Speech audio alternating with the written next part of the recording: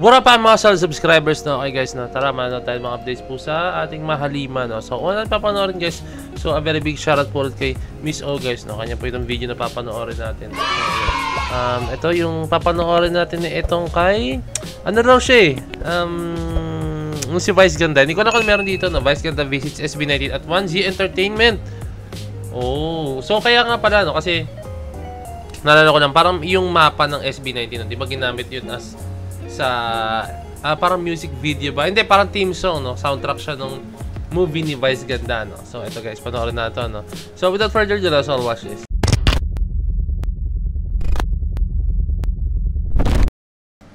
Okay, let's go. Ganda ng ngiti ni Vice, Vice Ganda visits SB19 at 1Z Entertainment office for a vlog soon. Tignan natin kung may camera si Vice Ganda. Kung may camera, may vlog talaga yan.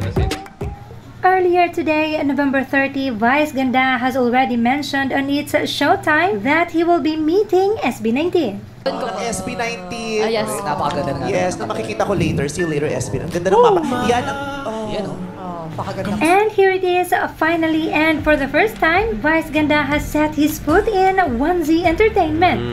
They will be shooting for a vlog and siguradong a memorable moment entertainment. May kita mo sa itsura ni Justin and then ni Ken. Talagang nagulat sila. I don't know guys kung informed sila or baka hindi nila alam na yung araw na yan mismo pupunta si Vice Ganda na. Pero dito may kita guys yung yung humbleness ni... Teka na, mic check lang. Hindi ko na kung gumagana yung mic ko. Yung humbleness ni Vice Ganda para, alam mo yun, mag-reach out din sa SB19. At the same time, guys, kasi syempre, ginamit niya yung kanta na mapa ng SB19, no?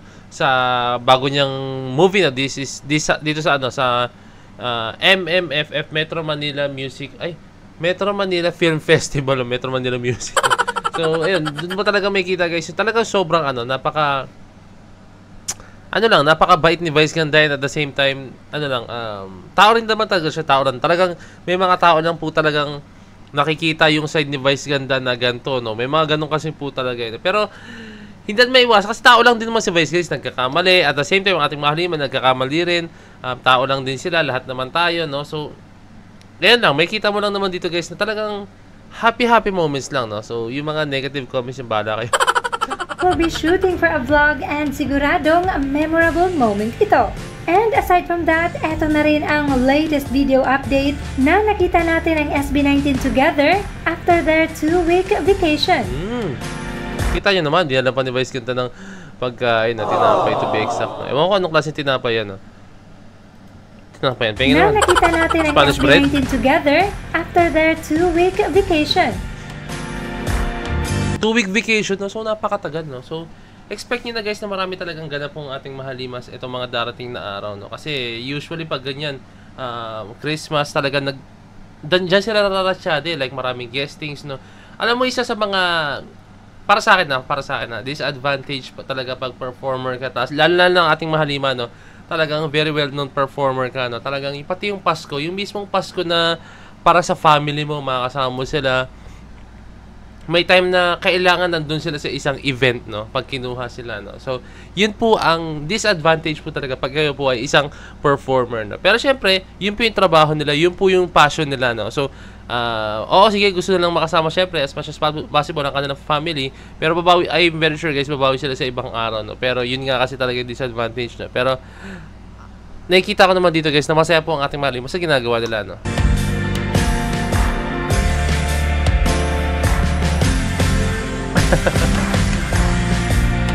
May interview po.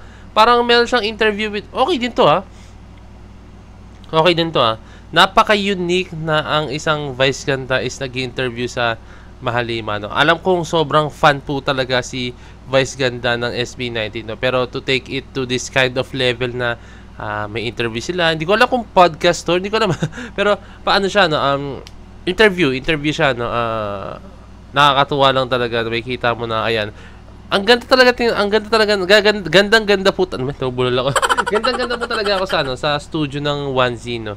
As in, napakaganda, no? Ayan, no? Napaka-simple lang siya, pero, alam mo yun, napaka-lively. Ang hindi ko lang sure kung parang pinaparentahan ba to, like, itong studio to, like, alam mo yung mga Groove Central, pinaparentahan nila, like, per hour, 800 or 1,000, mga ganun, no?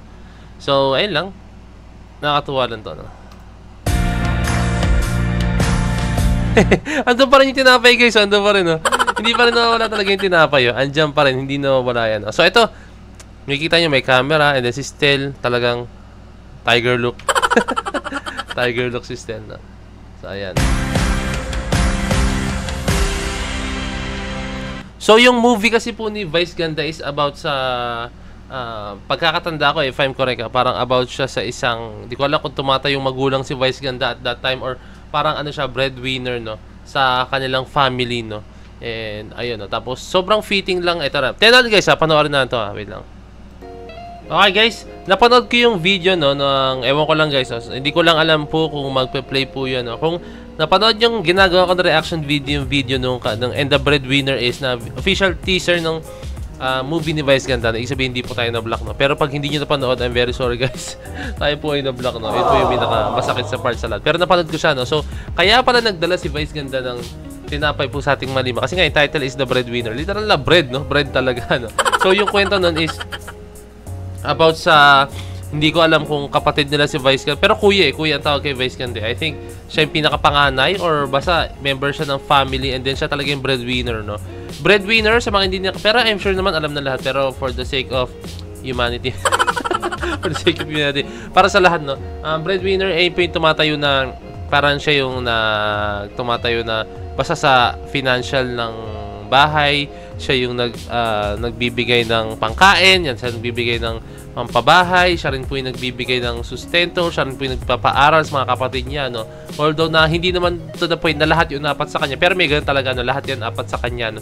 Siya yung tumatayo yung breadwinner even though na meron silang nanay at tatay. May ganun klase mga moment po talaga, no? And then yun yung role ni Vice Ganda sa movie ito, no? And sobrang fitting po talaga ng kanta ng SB19 na Mapa, no? Kasi 'di ba, it's about nanay and tatay, no? So, hindi ko sure kung yung nanay and tatay ni Vice Ganda dito is parang gusto niyang pahinga na kayo, ako na muna bahala magtrabaho, ako muna magiging breadwinner na. Ewan ko ngayon po yung ibig sabihin nung kung ba't kinuha niya yung Mapa, or si Vice Ganda talaga is yung tumatay yung nanay tatay ng kanilang family, no? Hindi ko alam kung namatay yung nanay at tatay niya or what, hindi na alam, no? Pero from the looks of it, talagang sobrang emotional kasi ng kanta ng Mapa, no? Kaya sobrang fitting lang dito kasi yung mapapanood nyo yung trailer talaga, guys, no? Kung mapapanood nyo yung trailer, kung marerelease siya, no? Siya, sobrang ganda po talaga, as in like sobrang fitting po talaga ng Mapa, no? Napakaganda, napaka full of emotions talaga, lalo sa part na parang meron doon sa part na si Jong Hilario yung kapatid and then pinakita niya na napatayo na yung bahay, yung dream house nila, pero pagbalik ni Vice, OFW kasi si Vice, OFW, pagbalik niya biglang hindi pa, iba pala yung bahay na puntahan niya, hindi pala natuloy. Hindi ko alam kung ano storya, no? So I think ayun yung way nila, no, para panoorin talaga ng mga tao na anong meron, bakit nawala yung bahay nila Vice Ganda, bakit hindi natuloy, no? Pero andun, no? Pero ayun yun, pero ang ganda. I think lahat tayo makakapulot ng aral dito sa movie na to ni Vice Ganda, no? At the same time, syempre, movie ng, parang ramdam din natin na parang movie din ng SB19 yan, Desco, no? So, ayun. Sana po ay, isang hiling ko sana magkaroon din ng movie ang SB19, no? Hindi man sa MMFF, Metro Manila Film Festival, sana magkaroon sila ng movie, basta magkaroon sila ng movie, no? Or series, or what. Pwede naman, di ba? Pwede naman, no? Comment down below kung pwede silang gumawa ng movie, no? For me, sobrang fitting po ang ating mahaling gumawa ng movie, no? Kaya lang, guys, maraming salamat sa panonood ng video na ito, no? Kindly leave a like, subscribe, and kindly ring down the notification bell para alam niyo po bago nag-release ng bagong video. So, this is Boy the Bit signing out. Peace! That's G.